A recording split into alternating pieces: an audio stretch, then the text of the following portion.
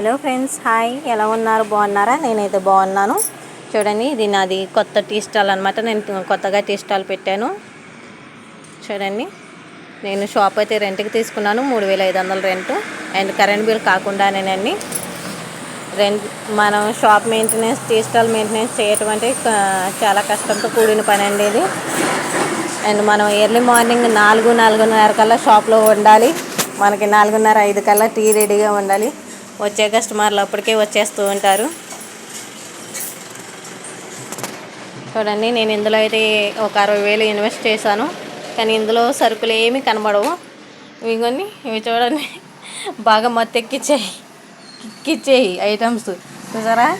ఇవి మాత్రమే ఒక 4,000 రూపాయలు ఉంటాయి. అండ్ డ్రింక్స్, వాటర్ బాటిల్స్, పాలు ఇవన్నీ మనకి ఫ్రిడ్జ్లో ఉంటాయి.